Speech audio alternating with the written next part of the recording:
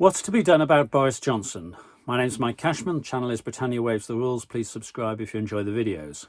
What is to be done about Boris Johnson? Now, for some time back, certainly dating to middle of 2020, I have been forecasting that Boris Johnson would be ousted probably middle of 2022 if he didn't resign earlier. I forecast that he would not be displaced in 2021 because the other challengers would not want to take on the Brexit mess, would prefer Boris Johnson to be the one to first deal with the impact of that. So the prediction that he would be kept in 2021 proved to be the case, and the prediction that there would be an attempt to oust him in 2022 turned out to be the case. I think the fact that the initial attempt in 2022 to displace Johnson failed has a lot to do with the way that Rishi Sunak's image has degraded over recent months. He was, in many people's eyes, seen as the obvious successor. Okay, that prediction so far hasn't proved to be the case. Now I'm speaking just after the by-election defeats for the Tories in Wakefield and Honiton and Tiverton, and there is talk of the 1922 committee changing the rules to allow an earlier ballot than waiting 12 months. There are 18 committee members, they're all backbenchers. Let's bear in mind that the backbenchers are probably about 75% opposed to Boris Johnson's leadership, if we assume that the front bench and the rest of the government voted for Boris Johnson in the recent ballot. May not be the case for all of them, but let's assume that most of them did. So there may be another leadership challenge soon.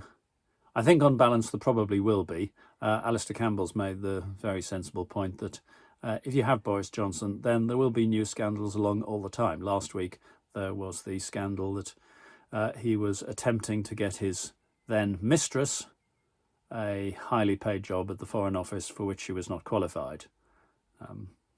Some Tory MPs have leapt in to say, what's wrong with him attempting to get his mistress a job? Well, actually they said what's wrong with him attempting to get his wife a job, but she wasn't his wife then, and it wouldn't have been okay in either case. It was an undeclared conflict of interest. Anyway, a new scandal along every week with Boris Johnson. That prediction certainly seems to be the case. So it may be that there will be another leadership challenge fairly soon. If there isn't, if let's just suppose for the sake of argument that that Boris Johnson stays in office for a further year, you get to 2023. Now that's starting to get close to the next election, but the Fixed Term Parliament Act has been revoked, and so the next election is not automatically in May 2024, if not before. It can now go to December 2024. So bringing a new leader in 2023 still gives some opportunity for the new leader to make their mark before the next election. It's not a great look at a general election campaign if the Prime Minister has had no experience in the job and no track record. It's a little bit like asking the electorate to take them very much on trust. And so, any new occupant of the job would prefer to have a good run at it.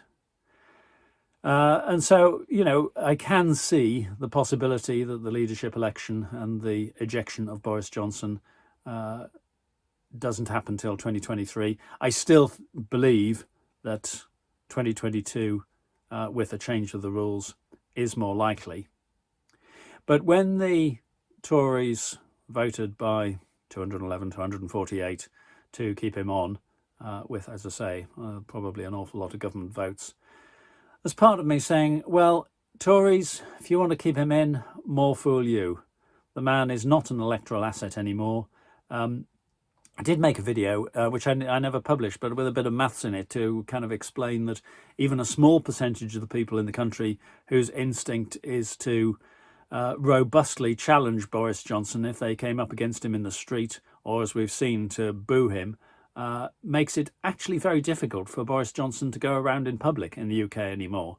So in the event of a general election, he would be a liability.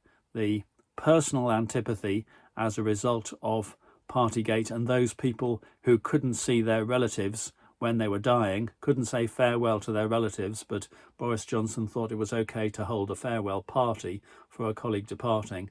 The large number of those people means that Boris Johnson is very unpopular. And this is evident if you watch programmes like Question Time. People do argue about how biased the audience is. I have been a member of the audience, and you know, I do believe that they do aim to get a balance of political opinions. But whoever they get onto Question Time, Boris Johnson and his policies are not popular at the moment to an extraordinary extent. So I don't believe that Boris Johnson is an electoral asset. And so you might argue, well, Mike, then don't you want to see him kept on until the next general election? Well, here's where I would make the point that, contrary to what some people have said, I do love my country. I want the best for my country.